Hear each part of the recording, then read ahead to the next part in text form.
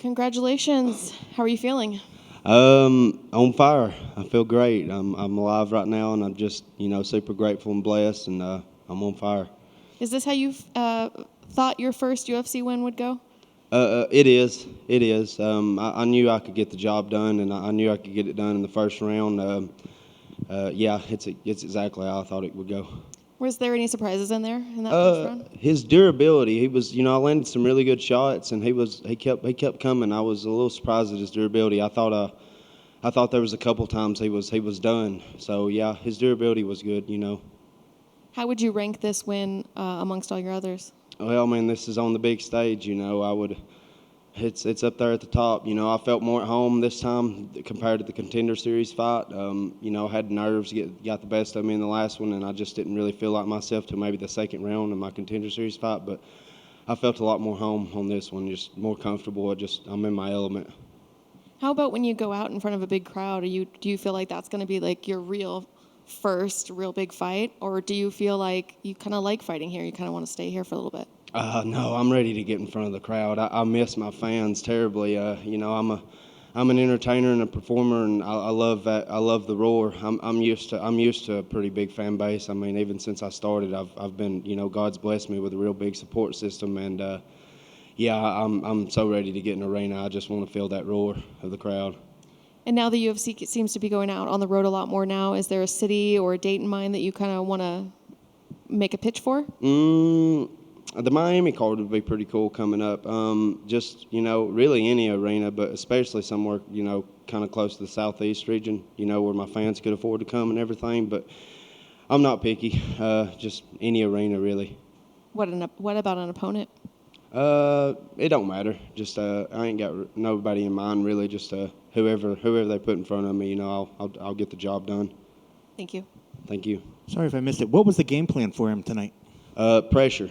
The main game plan was pressure. Keep my jab pumping, stay in his face, and just be violent.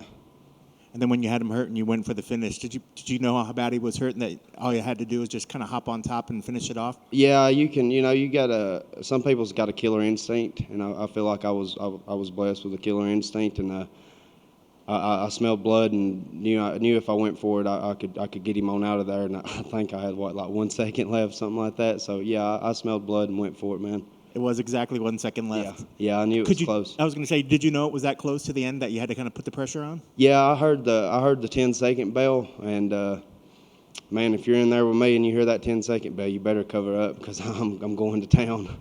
I know you had the win in here with the Contender Series. A lot of fighters we hear oftentimes say they don't feel like they're really in the UFC till they get that first win. Now that you've got this win in here, as not in the Contender Series but an actual UFC victory, does it feel like you are now here in the UFC? It does, yeah. I feel at home now, man. I'm in my element. I was born for this. I feel like I feel like God's got me exactly where I need to be in life, and I feel like a UFC fighter now for sure. And you're coming in here on one heck of a win streak. What would you say has been the keys to your longevity in this win streak that you're on? My coaches. I mean, hands down, my coaches. I mean, I owe everything I am, to my coaches and the team I got behind me, man. I wouldn't be who I am, I wouldn't be the fighter that I am without the coaches that I have behind me. I 100% believe that I've got, the best team and the best support system, best fans, and the best coaches in the world. That's a great answer. Congrats on the victory. Look forward to the next one. Thank you, sir. And Trevor, you mentioned that you were kind of a street fighter, a rough kid growing up until you found your purpose. What was your, this journey like into MMA and finding your purpose in life? It was hell. Honestly, it was rough for a good bit, man. I had a very bad problem with just addiction and stuff like that, and it was just I went around and I hated myself. Honestly, I didn't like who I was, and I just didn't care about anything really. I mean, I loved my family and stuff like that, but I didn't really love myself, So I got into a lot of trouble. I mean, I've been arrested more times than I can count on both of my hands, and I got God in my life, man, and like I said, He's given me a purpose and an identity, and He's given me a plan, and I'm trying my best to execute that plan, the way I would think He would want me to. How did you get into MMA? I had a old friend. He was big into it, and he called me. He called me one day and asked me if I wanted to go fight. And I thought we was going to a parking lot fight, and I'm like, yeah, man, I'll go. And he said something, and I was like, wait, what kind of fight are you talking about? And he was like a UFC fight, man, like in a cage. And I said, oh, well, what do I got to do? And he said, I just need to get your mom or dad to sign a piece of paper. So I went and found my dad, and my dad was like, yeah, man, yeah, I'll sign it. And so I went and beat the guy up real bad, and then I won another unsanctioned event, and then won another sanctioned event, and then so that's how I got my first taste of what the cage was like.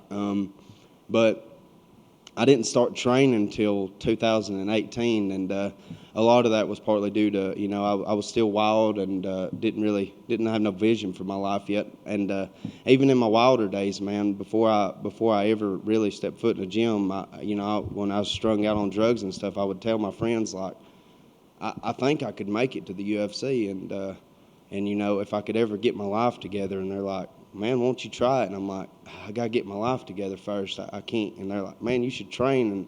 And during that time, I couldn't really control myself. I had a serious like anger problem, and just really was loose cannon, man. I said, I can't get no more dangerous than I already am. I mean, I'm already hurting folks out here in street fights, and I was like, I will once I get my life together. And I was involved in a bad vehicular accident, and a good friend of mine and an innocent woman got hurt. And it was at that moment in my life that I knew I had to do something differently. And I asked God to change me, and take certain things away from me, and just that I'd always give Him the glory if He'd take them things away from me, and He did. And I just want to try to honor Him by doing good in this life. And so. So you thought you were going to a street fight, and then it ended up being an MMA fight. Yeah, exactly. Yeah, it was man. I did really good. That in the second round, the kid tried triangle choking me, and I stood up and rampage slammed him, and he ended up quitting on the stool before the third round. And it was just I was only 15 years old during that time, so I mean it was real cool. Did God come into your life before you got into the training with MMA, or did the training in MMA kind of lead to that? No, I got God in my life first. He after I started trying to get my life together and everything, I always, like I said, always in the back of my head, I knew that if I started getting my life together, that I wanted to try to pursue MMA. So I pretty much would go to work, and then I lived at my grandpa's house, and I cleared out a little spot in his shed and hung me a punching bag up, and just started beating on that punching bag every day after I got off of work. And I went and done a smoker event, and then me and a couple buddies went and started training at the back of this karate dojo. And I went and done an MMA event, and I fought Rampage Jackson's little cousin, and ended up losing by split decision, which I thought I'd won. And I met this gentleman over here, Jeff Powell, down at a jiu-jitsu gym in Kimball, Tennessee. And I told him, I was like, man, we got a real good group of guys up in Henniger, Alabama. We could really use you up there. And it took me 3 or 4 times talking to him about it, but he finally, started coming around. And this makes 11 fights I've won in a row, since he come into my life. I haven't lost a fight, and I've barely lost a round since I come to know Jeff. And the car accident, you were involved in it, and did this happen before the training? It did. I had started, I'd come off of some drugs and stuff, and I'd started going to church just a little bit, and the punching bag, beating on it every once in a while, but then I kind of slowly started drifting back, down that road. And then the accident happened, and I was in jail and everything, and I thought I was done for a long time, man. And once I got out of jail, I just started really focusing on church, really focusing on getting my life together, and dove headfirst into this MMA stuff. Well, congratulations on the success. And then after you won, I noticed Bruce Buffer came over to you and handed you his, I guess it was his intro card? Yes, sir. Yeah, he blessed me with that thing, man. I don't know what I didn't even pay. Like I watched the fights, man, but I guess I missed all the introductions of the fighters, and I didn't even know Bruce was here tonight. And like I seen him in the cage, and I was like, well, here we are, man. Like this is. I even turned around, and all my coaches smiled. I was like, dude, it's Bruce Buffer. I've been waiting on him to go Trevor Peek for a long time, man. So yeah, it was definitely a dream come true. I guess I fanboyed over him a little bit, man, but it's just checked it off my list of dreams, man. It was real cool meeting Mr. Buffer. Well, I talked to him immediately after that about that, and you made an impression on him because he's only given that kind of a card out one time before out of the, I guess, thousands of fights that he's overseen. And he said, yeah, he saw something special in your eyes and saw you as like what a fighter should be as a role model. Oh, man, well, what an honor. That's dude, that's cool. Thanks for sharing that with me, man. That's awesome. Congratulations. Thank you, sir.